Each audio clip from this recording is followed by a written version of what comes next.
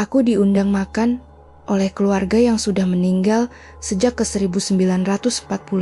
Kisah horor kos tua peninggalan kolonial di tahun 2014. Pernahkah kalian membayangkan tinggal di sebuah kos tua peninggalan zaman kolonial yang tampak megah di siang hari, namun berubah menjadi mimpi buruk ketika malam tiba? Bagaimana jika suatu malam kalian diundang makan oleh pemilik rumah yang sangat ramah, berpakaian seperti orang dari masa lalu, berbicara dengan sopan, dan terlihat hidup seperti keluarga biasa? Lalu, di tengah jamuan makan itu, mereka mengaku telah tinggal di rumah tersebut sejak tahun 1890.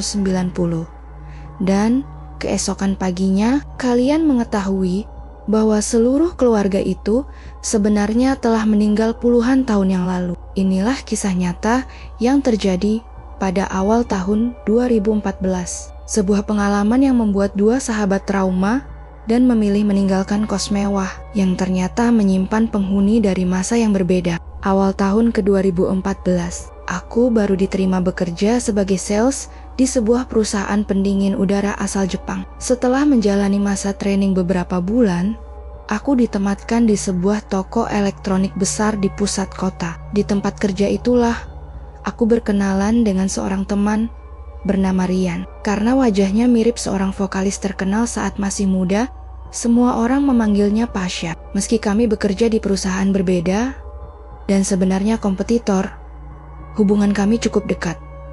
Suatu hari, Rian mengeluh, "Aku hampir kena SP lagi.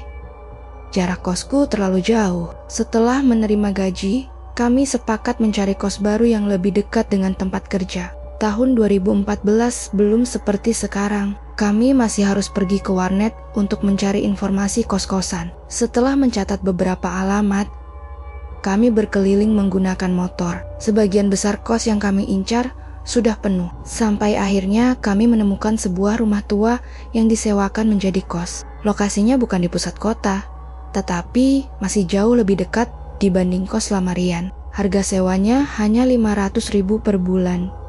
Murah, terlalu murah. Tapi saat itu kami tidak memikirkan hal tersebut. Rumah itu berdiri di dalam area yang sangat luas, dikelilingi tembok tinggi hampir 2 meter. Di dalam kompleks terdapat 2 bangunan.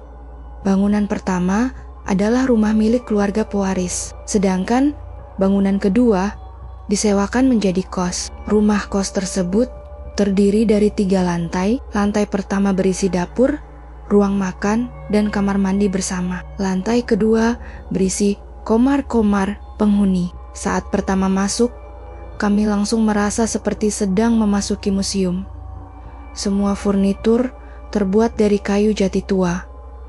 Lemari, cermin, meja, kursi, bahkan ranjangnya pun terbuat dari kayu jati kuno, lengkap dengan tiang dan kelambu. Rian sampai berkomentar, "Bro, kita salah alamat gak sih? Ini kos apa? Museum?" Aku hanya tertawa. Karena hari sudah malam dan kami lelah setelah pindahan, aku memutuskan menginap di kamar Rian malam itu. Dan malam itulah semuanya dimulai. Sekitar pukul 9 malam, tiba-tiba terdengar suara ketukan pintu. Tok, tok, tok. Aku membuka pintu. Di sana berdiri seorang wanita yang sangat anggun. Usianya mungkin sekitar 40 tahunan. Wajahnya tenang, kulitnya bersih. Ia mengenakan kebaya hitam polos, kain batik motif klasik, sanggul rapi, serta rangkaian bunga melati yang mengeluarkan aroma sangat harum. Ada sesuatu yang aneh, tapi sulit dijelaskan. Wanita itu tersenyum.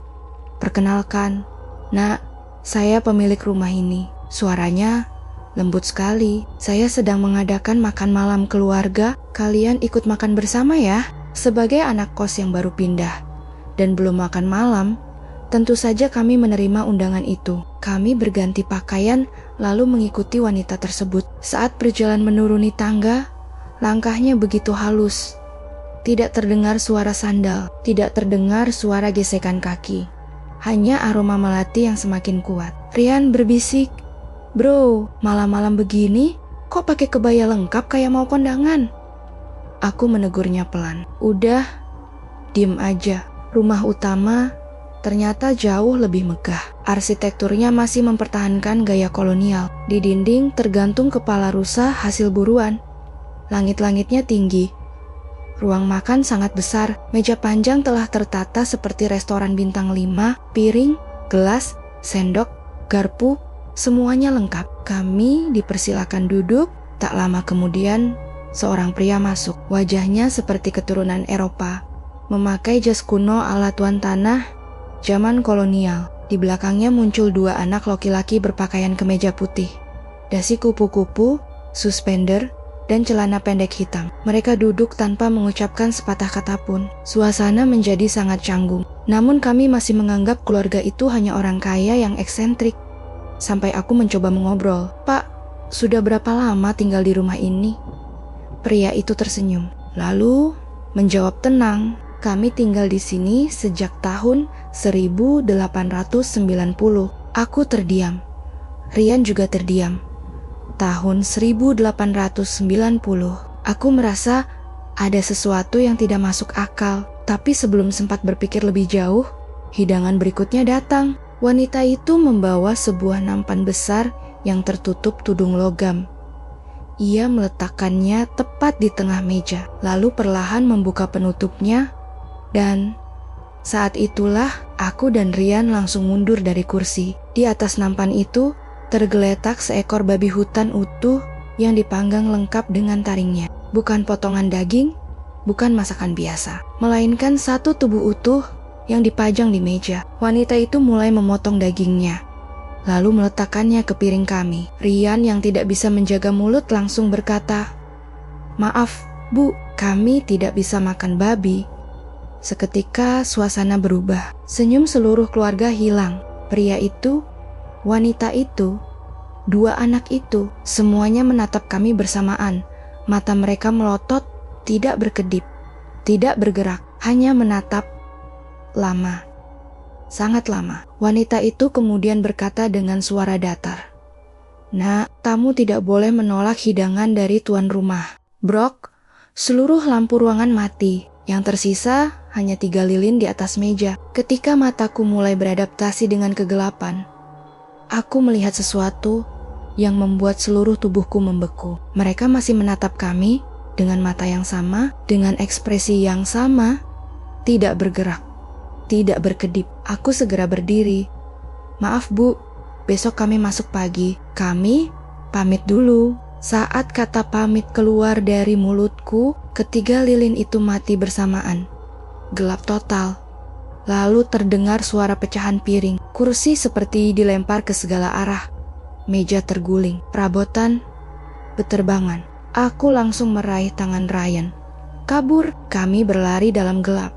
Menabrak kursi, menabrak meja, terjatuh, bangkit lagi, terus berlari. Suara benda-benda yang dilempar semakin keras, semakin dekat, sampai akhirnya aku menabrak sesuatu yang sangat keras dan semuanya menjadi gelap. Saat sadar, aku sudah berada di taman belakang. Seorang penjaga kos membangunkan kami. Aku menceritakan semua kejadian malam sebelumnya tentang keluarga pemilik rumah, tentang makan malam, tentang babi hutan, tentang kekacauan di ruang makan. Penjaga itu terlihat pucat. Ia membawa kami ke rumah utama, dan di sanalah bulu kudukku berdiri. Ruang makan itu bersih, sangat bersih. Tidak ada pecahan, tidak ada kursi terbalik, tidak ada tanda kerusakan. Bahkan meja masih tertutup kain putih seperti belum pernah digunakan. Lalu ia menunjuk sebuah lukisan keluarga tua. Yang mengundang kalian ini? Aku dan Rian mengangguk. Penjaga itu terdiam lama, lalu berkata pelan, "Mereka sudah meninggal puluhan tahun yang lalu." Penjaga kos kemudian menjelaskan, keluarga tersebut adalah keluarga keturunan Eropa yang tinggal di rumah itu sejak zaman kolonial. Saat masa revolusi setelah kemerdekaan, tahun 1945, sebagian anggota keluarga menjadi korban kekerasan pada masa yang dikenal sebagai masa bersiap. Hanya anak-anak yang sedang sekolah di luar kota yang selamat. Rumah itu kemudian diwariskan turun-temurun, dan hingga tahun 2014 masih dimiliki oleh keturunan mereka. Menurut penjaga kos, aku bukan orang pertama yang mengalami kejadian itu. Sebelum kami, seorang penghuni perempuan dan temannya pernah mengalami hal serupa. mereka juga diundang makan. Namun hidangan yang mereka lihat berbeda. Bukan babi hutan, melainkan ayam hitam mentah. Ketika menolak hidangan itu, salah satu dari mereka langsung kesurupan dan terjebak di rumah tersebut sampai menjelang subuh. Aku dan Rian akhirnya tetap tinggal di kos itu karena sudah terlanjur membayar. Namun kami hanya bertahan selama 3 bulan. Setelah berbagai kejadian aneh berikutnya, kami memutuskan pindah. Sampai hari ini, aku masih tidak tahu apa sebenarnya yang terjadi malam itu. Apakah kami benar-benar duduk makan bersama arwah penghuni lama rumah tersebut? Ataukah kami tanpa sadar memasuki potongan waktu dari masa lalu yang seharusnya sudah lenyap? Yang jelas, sampai sekarang, setiap kali mencium aroma melati di malam hari, aku selalu teringat pada sosok wanita berkebaya hitam yang tersenyum ramah di depan pintu kamar kos. Wanita yang mengundang kami makan malam, padahal dirinya telah meninggal sejak puluhan tahun sebelumnya.